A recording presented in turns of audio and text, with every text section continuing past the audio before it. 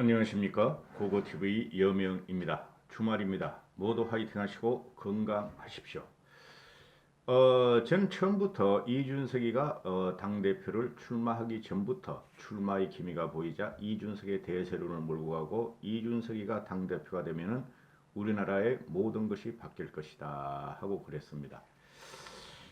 이준석의 당선을 가장 극렬히 저항하며 반대한 세력이 바로 조선일보와 TV조선이고 그 다음에 쓰레기 돈벌레 우파 유튜버들이라고 제가 말씀을 드렸죠. 근데 이준석이가 지금 당선되고 나서 약 보름이 지났습니다. 한 17, 8일 지났는데요. 이준석의 기세와 영특함은, 영민함은 대한민국의 기득권이 이준석 앞에 고개를 숙이게 만들고 있습니다. 이준석 현상은 만만히 보고 쉽게 세대교체나 정치 변동을 갖다가 넘고 이준석은 혁명적으로 대한민국을 앞으로 바꿀 것입니다. 이준석을 폄훼하고 이준석을 퇴출시키고 죽이려는 자들은 말 그대로 수구 꼴통이며 쓰레기들이라고 저는 말씀을 드렸고요. 조선일보가 그동안 조선일보의 기득권이고 강력한 꼴보수가 몇 명이 있어요. 논설위원 중에서 김대중, 최보식, 강천석, 선우휘, 선우정 이런 친구들인데요. 이들도 이준석의 광폭 행보와 아주 영민하고 현명한 정치 행보를 보이자 이제는 이준석이를 갖다가 찬양을 하기 시작하는 것 같아요. 이준석의 나라의 운명이 달렸다. 이런 식으로 선우정의가 지금 논설을 썼는데요. 제목은 150년 전 한일 세대교체 바람 성공 여부가 나라 운명 바꿨다. 일본의 료마 이거 6월 25일 금요일자 칼럼에 나오는 거니까요. 한번 읽어보시고요. 지금 이준석을 료마 이 선우정이라는 친구나 또는 조선일보 칼럼에서 이준석이는 김옥균이 될 것인가 료마가 될 것인가 결국에는 료마 형이 돼야 된다 이렇게 말을 하죠. 사카모토 료마 일본의 근대화를 열은 메이지 유신을 열은 혁명가죠. 그죠? 정치 사상가고 혁명가인데 미리 좀 말씀을 드리고 갈게요. 읽어드릴 텐데요. 선우정의 말을 제 말만 하다가는 이게 정리가 안 돼요. 그래서 료마하고 우리 박규수라든가 김옥균 또는 홍영진가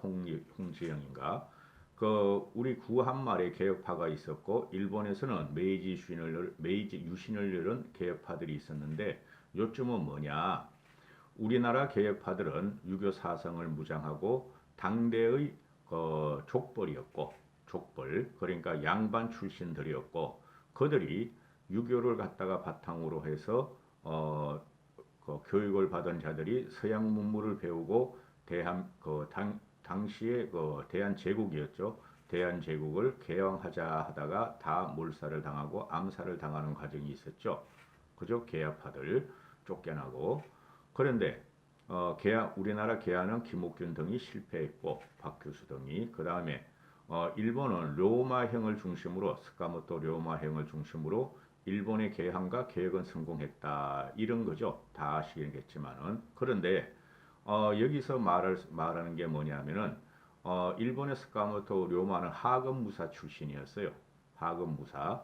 그 일본의 무사라는 것이 낭인이 아닙니다. 쉽게 말해서 일본의 무사가 깡패가 아니라는 거죠. 일본의 무사는 왕족 출신들입니다. 왕족 출신들이 무사계를 갖다가 만들었고 무사들이 우리가 일반적으로 말하는 깡패 뭐 드라마에 나오는 그런 무사들이 아니고 일본의 개혁이고 일본의 저항이었다 하는 걸 잘 아셔야 됩니다. 그래서 이 지금 로마형과 김옥균형 또는 이준석형을 이렇게 하는데 료마는 하급 무사였고 그죠? 민중을 바탕으로 국민의 지지를 받고 개혁을 이끌었다. 메이지 유신을 열었다. 이런 게 되는 것이고 김옥균이나 우리나라 개화파들은 당시의 유교 사상을 바탕으로 한 기독교고 기득권이고 또는 족벌 가문이었다, 상층부였다. 그래서 개혁에 실패했다 하는 것은 뭐 역사에 조금 관심이 있으시고 그거 주변을 들으시는 분들은 다 아시죠, 그죠? 요시다 쇼인은 작년에 내가 한번 말씀을 드렸고 요시다 쇼인부터 시작을 합니다. 이 나라의 개황과 개혁은 일본에.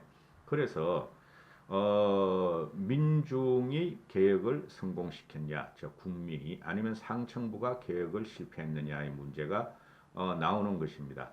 자, 읽어드리면서 할게요. 사카모토 료마, 건대 국가 건설 메이지 유신을 건대 국가의 꿈을 건대 국가 건설의 꿈을 가지고 메이지 유신을 갖다가 열은 당대의 인물이죠. 그죠? 저 메이지 유신을 열은 풍운하고 에도 막부를 종식시키죠.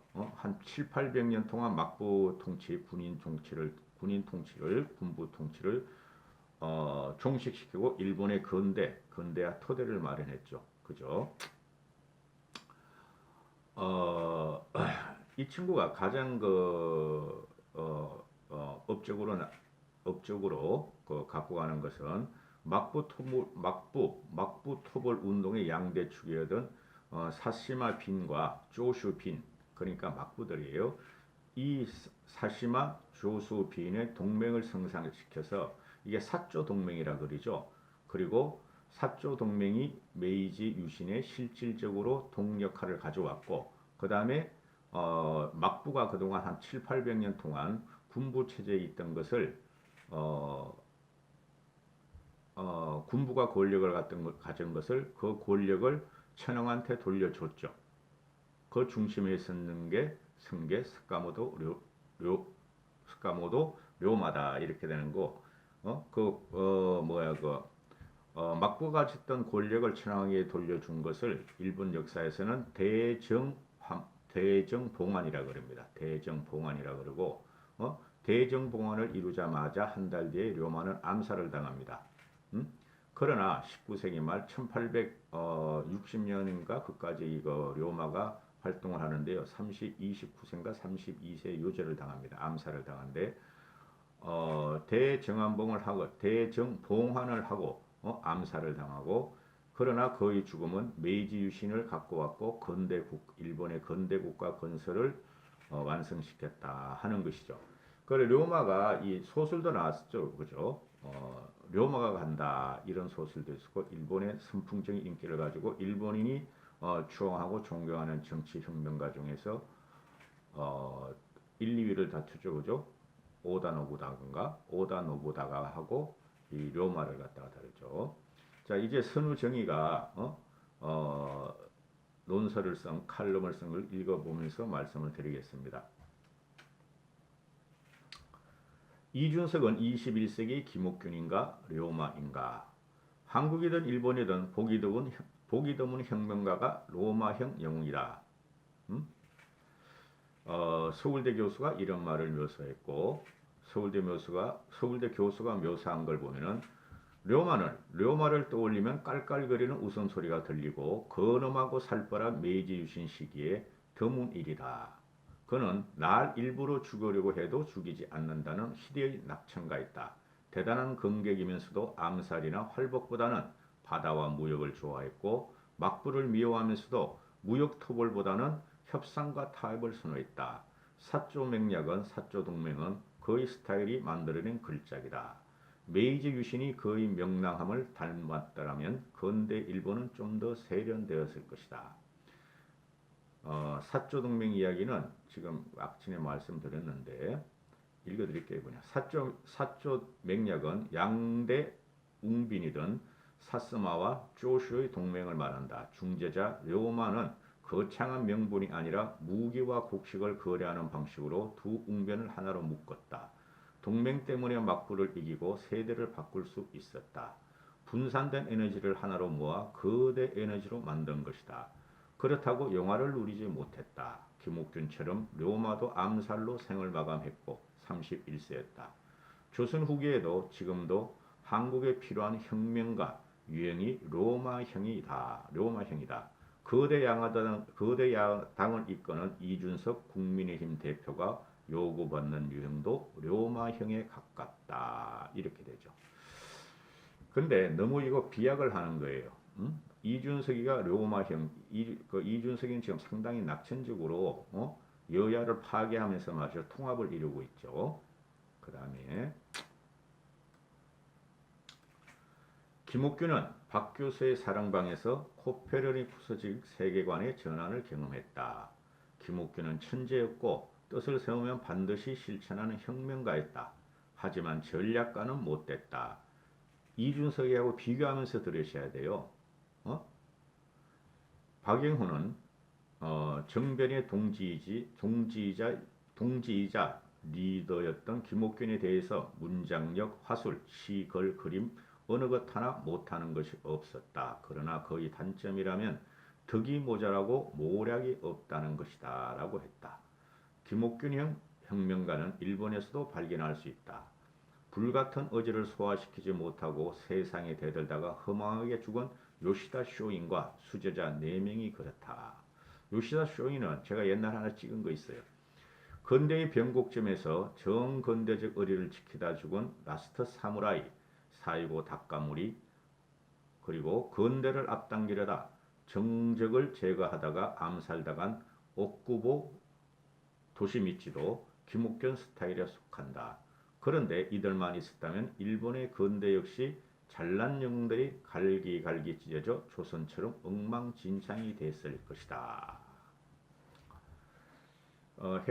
추석을 달면요 너무 길어지니까요. 또 보시죠.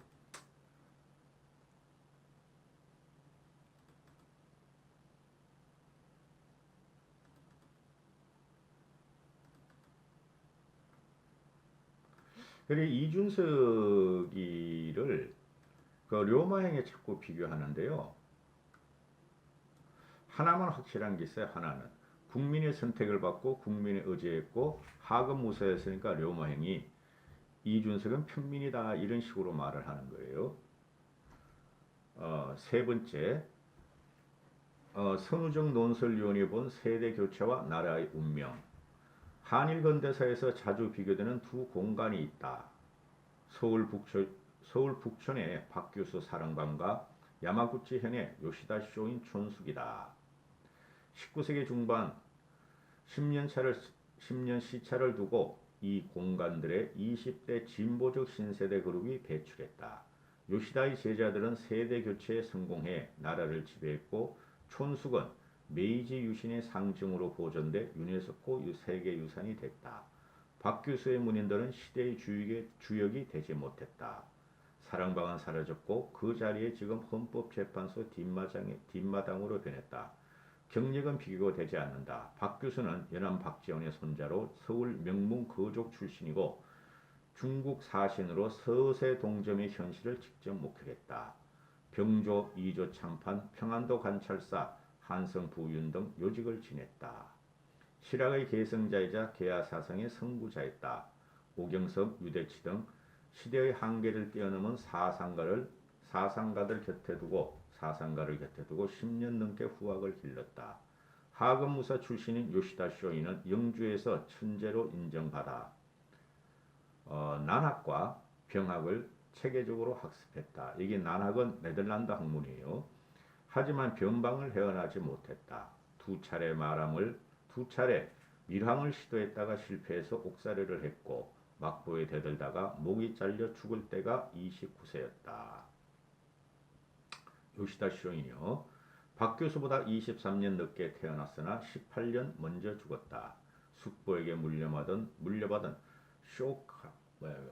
쇼카 촌숙에서 후학을 길러낸 시기는 불과 2년 정도뿐이 되지 않았다. 여기서 보면요, 우리나라 계야파들은 주로 중국에 의지하고 일본에 의지했어요. 그렇죠?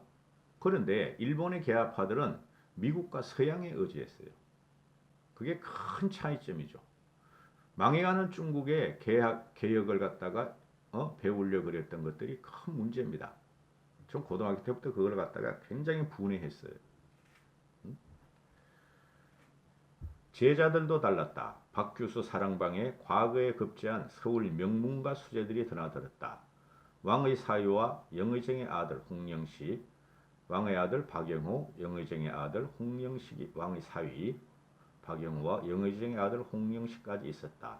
수신사, 시찰단 등으로 전원이 일본과 미국을 다녀왔고 문명 개화를 지지했다. 당대 최고 20대 엘리트로 이루어진 드림팀이었다. 요시다 촌숙은 변방의 하급 무사로 채워졌다. 이게 다른 거예요. 이들의 사상적 지평은 유신 직전까지 천황을 받들어 서양 오랑캐를 내몰자는 촌왕양이의 한계를 벗어나지 못했으나 수제자 4명이 외세 막부와 싸우다 모두 20대에 죽었다. 촌숙의 신세대 그룹이 문명 개화로 질적 변화를 일으킨 것은 열등생 그룹이 양의를 포기하고 유학에 나선 이후였다. 그중 한 명이 농문 출신인 이토 히로부미고, 이토 히로부미는 그가 칼 대신 영일 사전을 옆구리에 차고 영국으로 떠났을 때가 22세였다.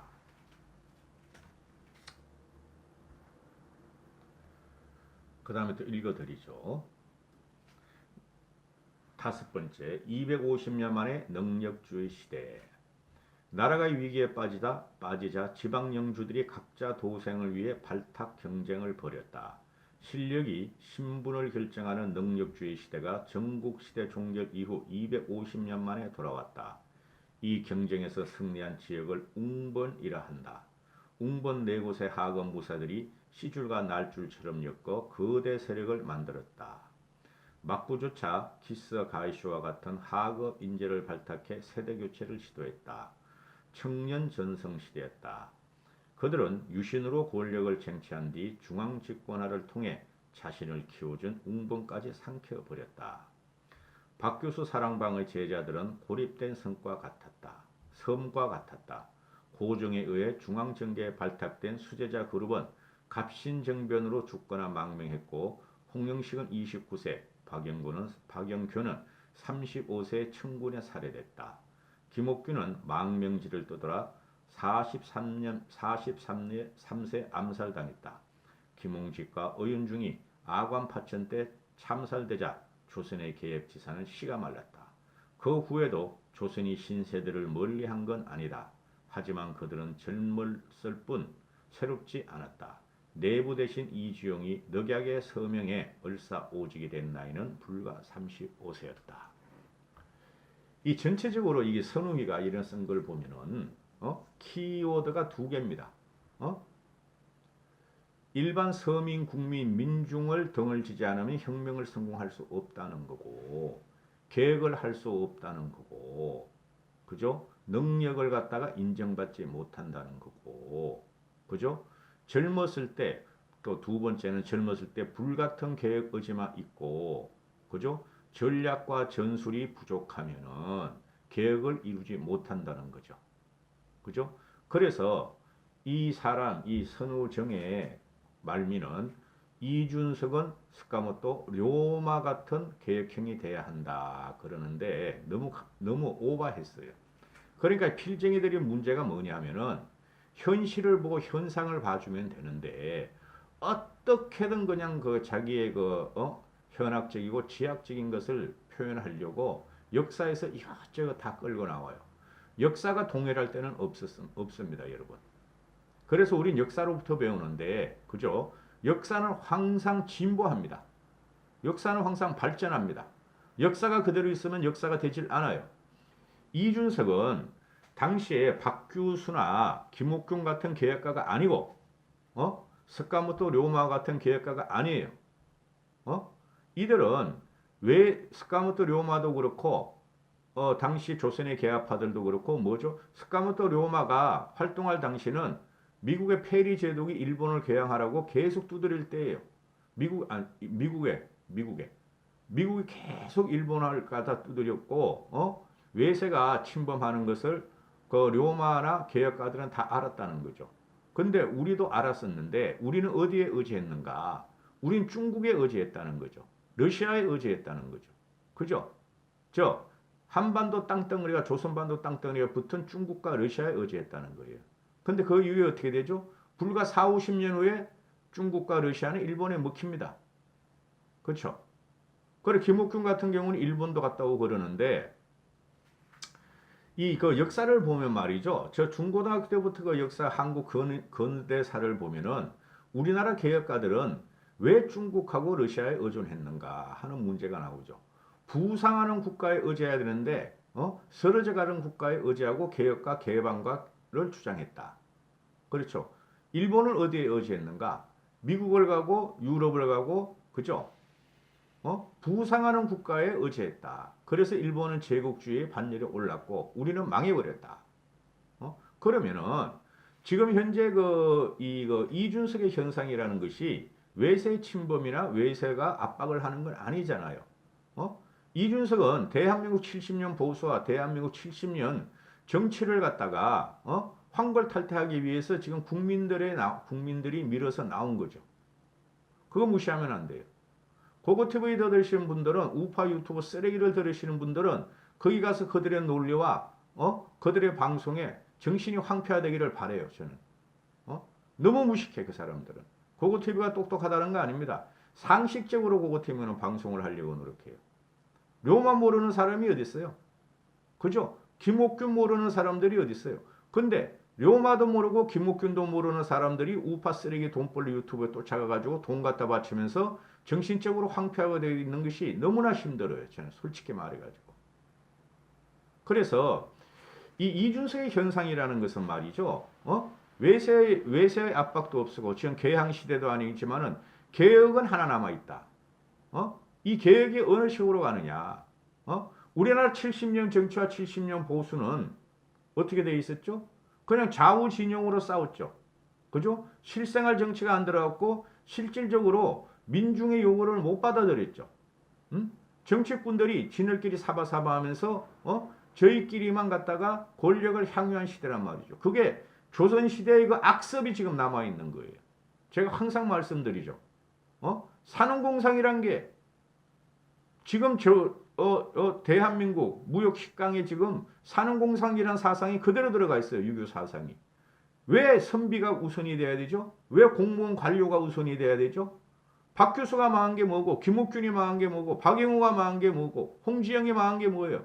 이것들이 전부 다 왕족이거나 아니면은 당대 권력가들의 자제였다는 거죠. 그죠? 그러니까 위로부터의 계획이 했으니까 망할 수뿐이 없죠. 로마는 밑으로부터 하급 무사였어요. 물론 무사는 왕족 출신이지만은 무사의 정신은 살아있었고 하급 민중하고 의지해가지고 막부를 갖다가 쳐버린 거죠. 메이지 유신을 열은 거고. 그렇죠? 대한민국이 어떻게 지금까지 말이지 관료 최고주의고 공무원 최고주의를 가냐. 이거부터 깨지 않으면 대한민국은 안 바뀝니다. 여기서 이준석이가 갖고 나온 게 그거 쉽게 볼 게 아니에요. 이준석이 갖고 나온 게 지방선거부터 기본적인 기본 소양을 갖다가 공천 자격 시험을 보겠다는 거예요. 밑으로부터 혁명이 들어가는 거예요. 그리고 지금 이준석이가 그 강력하게 개혁을 하기는 우리는 바랬는데 이제 뭐 보름뿐이 안 됐는데 지금 뭐예요? 구기득권에 황교안이도 만나러 가고 노무현이도 만나러 가고 노무현이 가서 묘소도 가고 그죠? 이렇게 하고 있죠. 김대중 묘소도 참배하고. 그걸 큰 그림으로 지금 이준석이는 움직이고 있어요. 김옥균이가 실패하고 박교수가 실패한 걸 갖다가 이준석이는 그걸 너무 잘 알고 있는 거예요. 물론 이준석이가 저보다 똑똑하죠. 그렇죠? 그 큰 그림의 계획을 갖다가 로마형에 비교할 수가 없어요. 그리고 이준석은 지금 보면은 로마형 같이 그 정도 낄낄거리는 낙천가, 암살을 당해도 유유자적한 낙천가는 아니고 이준석은 지금 미국식 사고방식, 사회 과학적인 방식을 가지고 지금 그 정계를 바라보고 있고 국힘을 이기게 하려는 거예요. 이따구로 말이지 로마형에 비교하고 김옥균형에 비교하고 그러는 이런 그 현학적이고 구태의연한 그 문필가들이 이제 없어져야 돼요. 오히려 이런 사람보다 일반 국민이 잘 알아. 2030 젊은 애들이 이준석이를 잘 알아. 기가 찰 노릇입니다. 어쩔 수 없이 이준석을 갖다가 비호를 하셔야 되고 이준석을 밀어야 되니까 조선일보와 TV조선이나 저 쓰레기 돈벌려 우파 유튜버들 정치학 박사 기자들 그것들은 쓰레기들이고 조선일보가 그동안 이준석의 당선을 제어했고 이준석의 당대표를 제어했고 이준석의 혁신을 갖다가 부정하던 것들이 국민이 이준석에 환호하고 이준석으로 가서 이제 몰리고 있으니까 할 수 없이 이런 칼럼을 쓰는 거예요. 왜 로마행이 돼야 되죠? 지금은 21세기고 4차 혁명, 5차 혁명 시대인데 역사를 갖다 대려면 제대로 갖다 대야 되죠. 그죠? 이준석한테 갖다 대려면은 미국적인 사고방식을 가지고 갖다 대야 되죠. 미국의 혁명가, 현대 혁명가를 갖다 대야 되죠. 그게 뭐예요? 스티브 잡스 같은 사람 아니에요.